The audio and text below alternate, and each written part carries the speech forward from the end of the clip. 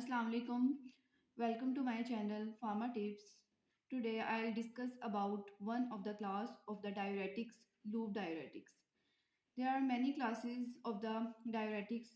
There are five major classes of the diuretics, and I'll discuss about the loop diuretics, and we will I'll discuss about diuretics before discussing the loop diuretics. So diuretics are the drugs that promote the output of the urine excreted by the kidney.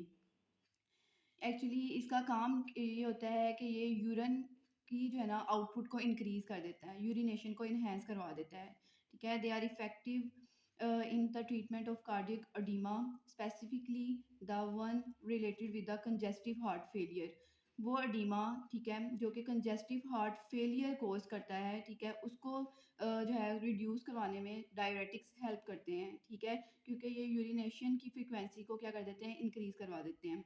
तो अब हम पढ़ते हैं कि इसकी एक class जो है मेजर क्लास लूप डायूरेटिक्स, उसकी मेडिसिनल केमिस्ट्री पढ़ेंगे, उसका एसएआर, क्लासिफिकेशन, सिंथेसिस और ये सारी चीज़ें हम लोग ये नेक्स्ट डिस्कस करते हैं। तो लूप डायूरेटिक्स को अगर देखा जाए तो इनका अदर नेम होता है हाई सीलिंग लूप डायूरेटिक्स या हाई सीलिंग डायूरेटिक्स भी इन्हें कह सकते हैं। ठीक है, तो इनका मैकेनिज्म एक्शन में बेसिकली ये जो है सोडियम, पोटेशियम और क्लोराइड को ट्रांसपोर्टर्स होते हैं आपके लूप ऑफ हेनले में, thick ascending loop of Henle में, वहाँ पे जाके जो है ना उसको ट्रांसपोर्टर को इनहिबिट कर देते हैं। ठीक है, जिससे जो है इनकी जो है रीअब्जॉर्प्शन नहीं होती है और ये मेजरली जो है आपकी जो है यूरिन के ज़रिए रिलीज़ हो जाते हैं। They also have carbonic anhydrase inhibition properties. ये जो है ना इसकी थोड़ी बहुत कार्बोनिक एनहाइड्रेस इनहिबिटर क्लास जैसी भी प्रॉपर्टीज़ है, क्योंकि वो कार्बोनिक एनहाइड्रेस एंजाइम को इनहिबिट कर देते हैं और इस तरह वो भी सोडियम और पोटेशियम और अदर आयंस को जो है उनकी भी यूरिन के अंदर एक्सक्रीशन करवा देते हैं। They show maximum natriuretic effects mean के ये जो है ना जो नाइट्रोजन उसकी सोडियम वगैरह की जो है ना उसकी एक्सक्रीशन में हेल्प करते हैं। They also cause the excretion of the other ions like chloride, potassium, magnesium, calcium ions. ठीक है, नेक्स्ट इनका ये काम है, जैसे हमने ऊपर पढ़ा है कि ओडीमा में हेल्प करते हैं। ठीक है, ओडीमा को जो है ना प्रिवेंट करते हैं। तो ये improve the Venus capacitance and reduce the feeling of the left ventricle, जिससे जो है कार्डिक आउटपुट डिक्रीज होगी और हार्ट फेलियर के चांसेस भी कम होंगे। लूप डायरेटिक्स के अगर यूजेस देखे जाएँ तो इसका मेजर काम जो है वो आपको पता है कि यूरिनेशन करवाएगा तो आपकी बॉडी के अंदर जो है जो स्ट्रोक वॉल्यूम को कम करवाएगा, आउटपुट जो है वो कार्डिक आउटपुट कम होगी, जिससे हाइपरटेंशन जो है उसकी उसके ट्रीटमेंट में हेल्प करता है। इसके अलावा कंजेस्टिव हार्ट फेलियर की ट्रीटमेंट में हेल्प करता है।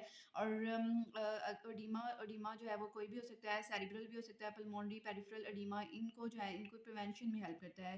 ठीक है, इसके अलावा अगर बॉडी में पॉइजनिंग हुई हो तो उसमें भी हम लोग लूप डायरेटिक्स को एज अ ट्रीटमेंट यूज़ कर सकते हैं। ठीक है, क्लासिफिकेशन देखी जाए तो इसकी मेजरली टू क्लासिफिकेशन है। ठीक है, सल्फाम ऑयल बेंजोइक एसिड डेरिवेटिव्स होते हैं और फिनॉक्सी एसिटिक एसिड जो है डेरिवेटिव होते हैं। अगर सल्फाम ऑयल बेंजोइक एसिड को देखा जाए तो इसमें दो मेनली आते हैं, फिरोसेमाइड एंड ब्यूमेटानॉइड। और फिनॉक्सी एसिटिक एसिड के जो है डेरिवेटिव्स में एथाक्राइनिक एसिड आते हैं। तो हम इनके जो है वन बाय वन स्ट्रक्चर्स को डिस्कस करते हैं। तो इसमें मेनली जो है इस क्लास में लूप डायूरेटिक्स में मेजर ड्रग जो है फिरोसेमाइड है। पेपर में भी इसके बारे में पूछा जाता है, इसकी सिंथेसिस के बारे में, एसएआर के बारे में, तो मेजरली हम लोग इसको ही डिस्कस करेंगे।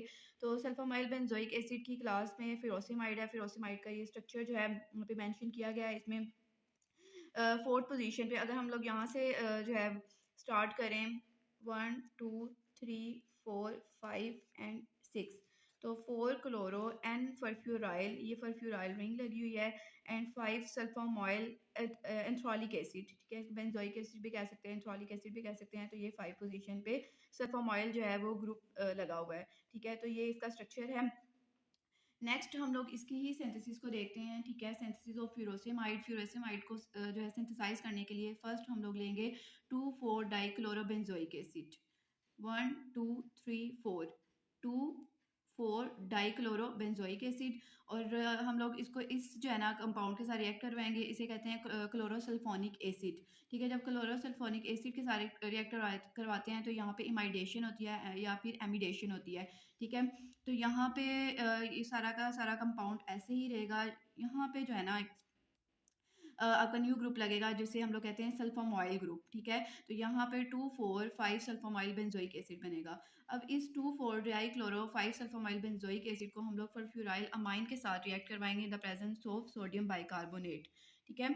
तो जब ये इसके साथ रिएक्ट करता है तो ये वाला जो क्लोरीन होता है यहाँ से ये रिमूव हो जाता है और इसके साथ ही ये वाली रिंग अटैच हो जाती है। तो ये का सारा स्ट्रक्चर जो है ये फ्यूरेसेमाइड को एक्सप्लेन करता है, ठीक है। ये फ्यूरेसेमाइड का स्ट्रक्चर बन गया है। सिर्फ जो है 2 स्टेप्स का जो है इसकी सिंथेसिस है, बहुत ही ईजी है।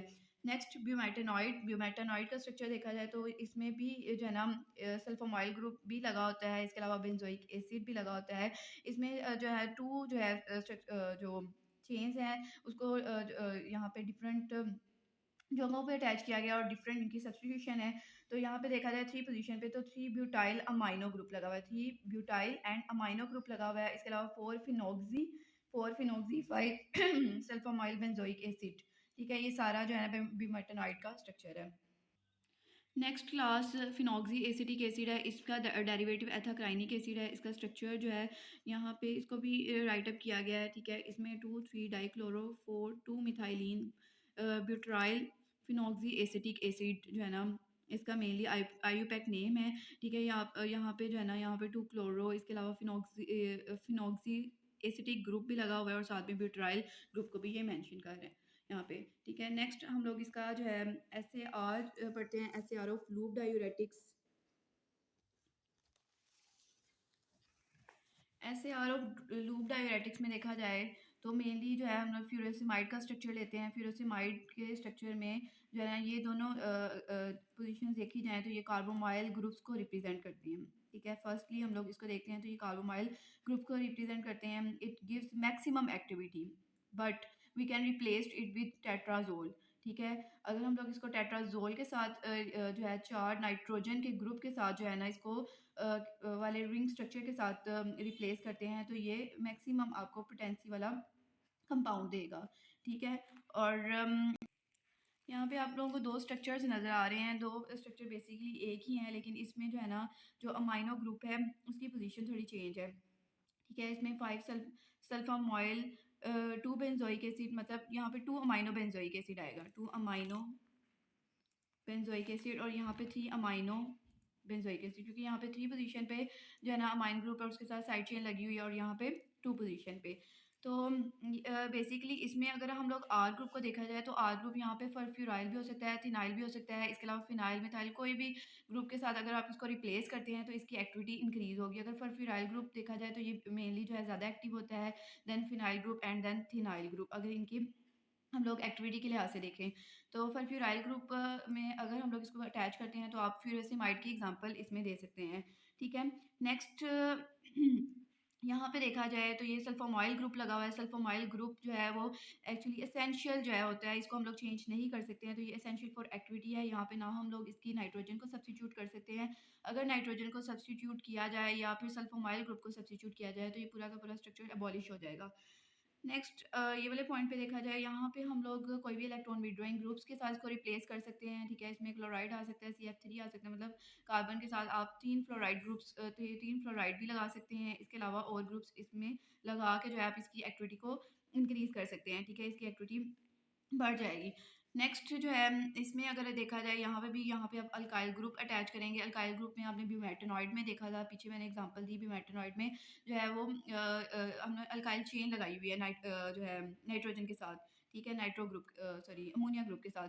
तो यहाँ पे जो है ब्यूमेटानॉइड की आप एग्जांपल दे सकते हैं, इससे इसकी एक्टिविटी इंक्रीज हो जाएगी, ठीक है। तो यहाँ पे जो है डिफरेंस सिर्फ इस ग्रुप का है। यहाँ पे जो है फुलफ्यूराइल फिनाइल लगा सकते हैं और यहाँ पे कोई भी अल्काइल ग्रुप लगा के इसकी एक्टिविटी को इंक्रीज करते हैं, ठीक है। ये छोटा सा इसका SAR है, ठीक है। ये बहुत ही ईजी सा टॉपिक है लेकिन बहुत इंपॉर्टेंट है।